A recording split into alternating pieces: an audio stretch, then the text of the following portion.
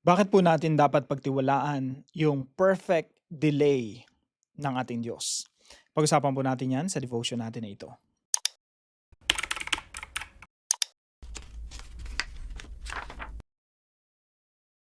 Magandang araw po sa bawat isa sa inyo. Welcome back to our 365 Daily Devotions Bible Characters Edition.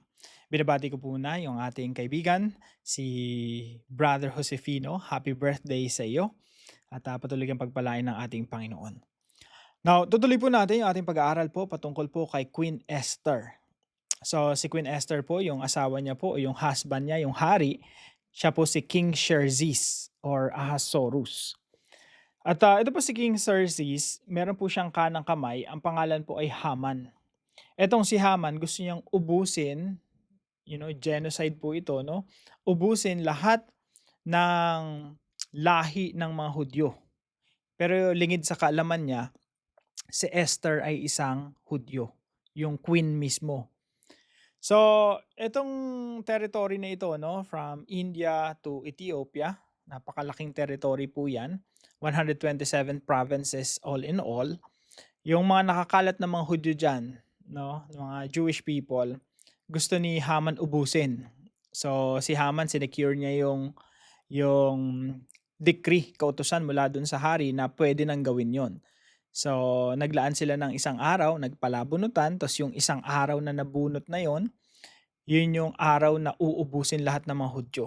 Free for all 'yan, parang hindi naman free for all, parang lahat puwedeng pumatay ng mga Hudyo tapos kunin yung property nila 'no, yun yung plunder nila. So, sabi ni Mordecai kay Esther, "Esther, naging queen ka for that purpose, para iligtas yung, maligtas yung lahi ng mga Hudyo." So, sabi ni Queen Esther, "Sige, ipag-fasting niyo ako, mag-pray kayo, mag-ayuno kayo at lalapit ako dun sa hari. If I perish, I perish." Kahit against the law na lumapit sa hari nang hindi niya pinapatawag, kung yan may kamamatay ko, sabi niya, okay, if I perish, I perish. Now, pagkatapos po mag-fasting ng mga tao, mag-ayuno, nag-pray sila, dito po sa Esther chapter 5, sabi dito, "On the third day, Esther put on her royal robes and stood in the inner court of the king's palace." Ito na yun. Lalapit na siya dun sa hari. "In front of the king's quarters, while the king was sitting on his royal throne, inside the throne room opposite the entrance to the palace. And when the king saw Queen Esther," ayan na, pagkakita pa lang nung hari kay Queen Esther, etong hari, natunaw na yung kanyang puso. So, sabi dito, "When the king saw Queen Esther standing in the court, she won favor in his sight. And he held out to Esther the golden scepter." So kapag in-extend mo yung golden scepter, ibig sabihin, hindi ka na mamamatay, hindi ka na papatayin. "That was in his hand. Then Esther approached and touched the tip of the scepter. And the king said to her, 'What is it, Queen Esther? Anong gusto mo?' Sabi niya, kahit kalahati pa ng kaharian ko, ibibigay ko sa iyo kung yun yung request mo." At yung story po nito, meron akong tanong sa sarili ko eh. Sabi ko, bakit ganito? Pwede nang sabihin ni Esther yun eh. Parang yun na yun eh. Yun na yung chance niyang sabihin na si Haman ay masamang tao at siya yung nagtatangkang ubusin yung mga Hudyo. So, pero ito po yung sabi rito sa istorya. "And Esther said, 'If it please the king, let the king and Haman come today to a feast that I prepared for the king.'" So, sabi ni Queen Esther, nag-prepare ako sa inyo ng pagkain, no? Isang feasting. Ini-invite ko kayo tsaka ni si Haman. "So, what is your wish? It shall be granted you. And what is your request?" Pero sabi ni Queen Esther, yung request ko po bukas na lang, no? "Tomorrow I will do as the king has said." So ito po yung mga katuruan natin ngayong araw. Number 1, God has His own perfect delay. No? Quote and quote, perfect delay. Kung titingnan yung istorya na ito, parang yun na yun eh. Yun na yung climax na yun eh. Sasabihin niya na dun sa hari na isa siyang Hudyo, si Haman gustong patayin lahat ng mga Hudyo, at masamang tao to si Haman. Pero may delay pa. No? Hindi ko alam kung anong nangyayari dito, pero for sure, yun ang impression ng Diyos kay Esther. Esther, wag muna, no? Wag mo na sabihin. mag-prepare ka muna ng kainan, no, invitein mo muna yung hari tsaka si Haman. Definitely, ako tingin ko galing talaga sa Panginoon yun. Bakit?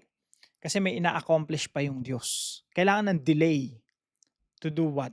To do something. Ano po yung something na yon? Nasa chapter 6. Now, pag binasa niyo po rito sa chapter 6, makikita niyo po, kinagabihan, sabi dito, on that night, the king could not sleep.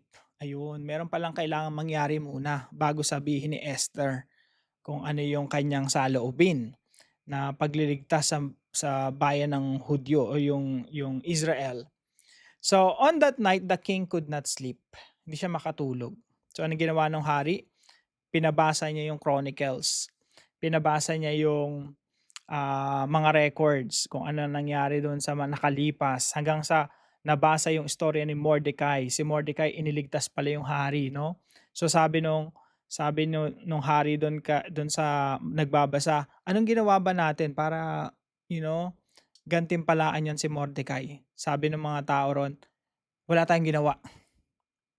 So, to make the long story short, ang plano pala ng Diyos, bigyan pa ng kumbaga time for Mordecai to be recognized. At meron pa palang role si Mordecai dito. So, number 1, God has His own perfect delay. Talagang merong mga delay sa paningin natin. Ako, bilang bumabasa, no, feeling ko parang delay yun eh.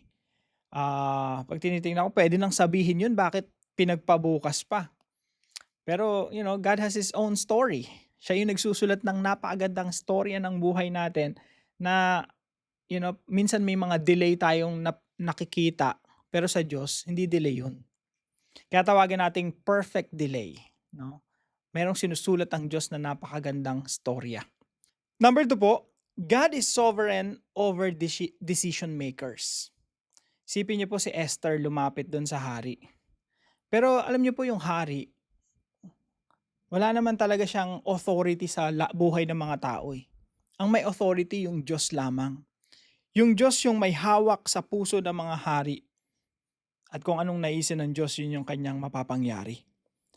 Kaya ito si Esther, nung lumapit siya doon, natatakot nga si Esther kasi pwedeng buhay niya yung kapalit eh. Pwede siyang patayin eh. Kasi that's against the law nung lumapit ka sa hari nang hindi kanya pinapatawag. Pero dito, nung nakita siya ng hari, tumibok bigla yung puso ng hari, no? Siguro na in love kay Esther. Nakita niya si Esther, ang ganda-ganda. So, yung puso ng hari, mga kapatid, yung mga decision makers sa paligid natin, kontrolado ng Diyos yun. Kaya nga po sabi rito sa Proverbs, the king's heart is a stream of water in the hand of the Lord. He turns it whenever He will. Ang puso ng hari ay nasa kamay ng Panginoon na parang batis ng tubig. Ibinabaling niya ito saan man niya ibig. Ibig sabihin ng king, decision maker yun eh. Kung isipin mo, parang hawak ng king yung buhay ni Esther tsaka yung sambahayan ng Israel. Pero that's not true. Ang may hawak talaga ng buhay ng mga Israelita at ni Esther ay ang Diyos. At pati yung puso ng hari, yung decision maker, ay hawak niya rin. Kaya minsan mga kapatid, no, natatakot tayo. Anong sasabihin ng boss natin, anong sasabihin ng teacher natin, professor natin, anong sasabihin ng mga superior natin. Minsan may mga dealing tayo sa kanila na parang kinakabahan tayo. Pero tandaan natin, lahat ng mga tao na yun, kontrolado ng Diyos yung kanilang mga puso. Minsan nag-a-apply tayo ng trabaho, kinakabahan tayo. Ito bang kakausapin natin, i-hire ba tayo nito? Pero tandaan mo, yung decision niyan, hawak yun ng Diyos. Kaya pag dininay ka, pagpasalamat mo sa Diyos. Because you have something else, something better ahead of you. So, tandaan po natin lahat ng mga tao sa paligid natin, huwag tayong mangamba. Hindi nila hawak yung ating destiny. Ang Diyos yung may hawak ng destiny natin. Ang Diyos yung may hawak ng puso ng mga tao. And number 3 po, God can bring about a great reversal in your life. Yung Diyos po, pwedeng baligtarin niya yung mga nangyayari sa buhay natin na pangit, hindi maganda. Dito po sa istorya ni Haman, ni Mordecai, ni Esther, Meron pong matinding reversal na nangyari dito eh. Eto po si Haman, actually kaya siya lumapit dun sa hari kasi sasabihin niya dun sa hari na gusto niyang bitayin si Mordecai. Pero paglapit niya dun sa hari, tinanong kasi nanaginip na yung hari eh. Napanaginipan niya, ay napanaginipan niya, hindi pala siya pinatulog, sorry. Ah, naintindihan niya na si Mordecai yung nagligtas sa kanya eh. So gusto niyang i-honor si Mordecai na gusto naman bigtiin ito ni Haman. Ang sabi ngayon ng hari doon kay Haman nung lumapit si Haman, sabi niya, "Ano bang magandang gawin sa isang taong gustong i-honor ng hari?" Feeling ni Haman siya na yun. Ay, o-honor daw. Sige, mahal na hari, maganda gawin niyo. Magkaroon kayo ng ceremony, pasakayin siya sa sarili niyong kabayo, damitan niyo siya ng sarili niyong damit. Siguro lahat ng mga pabuya, papuri, ibigay kasi inisip niya siya yun eh. Siya yung i-honor ng king eh. Hindi niya alam si Mordecai pala, kaya galit na galit siya, no? Eventually, inutos ng hari kay Haman, "O Haman, iparada mo yan si Mordecai, no? At I want to honor that guy, that person." So yun po yung reversal. So ilan po mga application mula po sa pag-aaral natin na ito? Number 1, trust God's perfect delay. Pagtiwalaan po natin yung mga seemingly delay na nangyayari sa buhay natin. Lord, ang tagal-tagal, ang daming delay. Pero that's God's perfect delay, no? God has a beautiful plan. More beautiful than we can ever imagine. And number 2 po, remember that no person controls your destiny. Si Esther nung paglapit niya doon sa hari, takot na takot pa siya. Pero yung isang matututunan natin dito, walang may control sa buhay ni Esther kahit yung hari hindi kontrolado yung buhay ni Esther. Yung hari hindi kontrolado yung buhay ng mga Israelita na nasa bingit ng panganib, ng kamatayan. Ang may control talaga yung Diyos.